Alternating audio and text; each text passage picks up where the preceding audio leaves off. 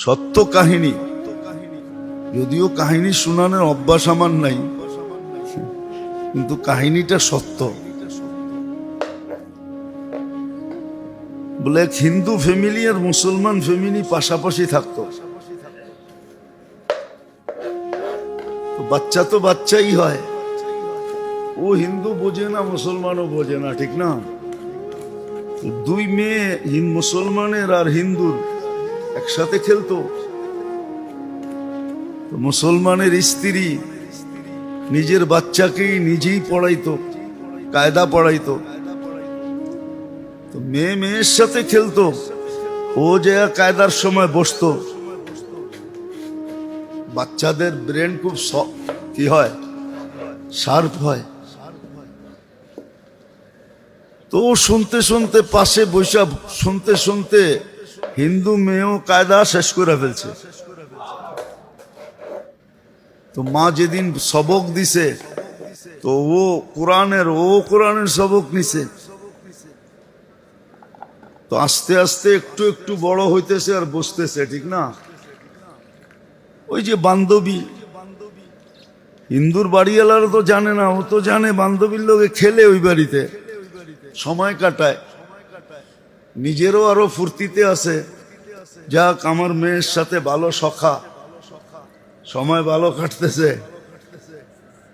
তো মেয়ে কোরআন পড়তে পড়তে কোরআন খতমই করে ফেলছে। কোরআনের মহব্বত তো ডিলে ঢুকে গেছে, কিন্তু বাড়িতে কোনোদিন বলে নাই। হইতে হইতে আটটু বড় হইছে, তো কোরআন পড়তে পড়তে মনে মনে ইমান নিয়ে নিছে, কিন্তু বাড়িওয়ালাদেরকে কিচ্ছু জানায় নাই। এমনকি বিয়ের বয়স হয়ে গেছে। বিয়ে যে হিন্দু ছেলের সাথে হয়েছে, সে আবার কাঠ্ঠার হিন্দু। এখন মেয়ে তো লুকায় রাখছে, আয়সা ওস্তাদনির সাথে মশওয়ারা করছে, এই অবস্থা আমি করবোটা কি?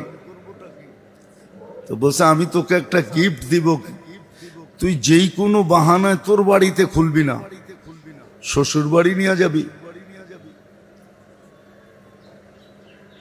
তো গিফট দিছে খুব সুন্দর বক্স টক্স কইরা, উপরে কিছু জিনিসপত্র দিয়া নিচে কোরআন দিয়া দিছে। তো কোরআন শ্বশুর বাড়ি চলে গেছে। স্বামী যখন কাজে যায়, অফিসে যায়, তো মেয়ে কোরআন পড়ে, আসার আগে আবার লুকায় রাখে, আসার আগে লুকায় রাখে। দিন যাইতে যাইতে প্রেগনেন্ট হয়ে গেছে। এখন ওর ডাবল চিন্তা বাড়ছে, আমার বাচ্চা হওয়ার পরে কি হবে? এটা তো কলেমা পড়াইতে পারবো না। আল্লাহর কাছে খুব দোয়া করতেছে। তো স্বামী অসুস্থ হয়েছে, টেস্টে বাহির হয়ে আসছে তার ক্যান্সার।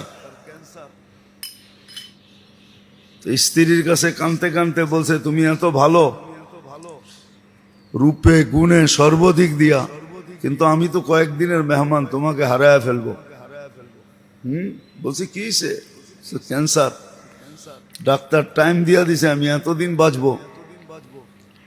তো মেয়ে বলতেছে যে আমি তোমার চিকিৎসা করতে পারি।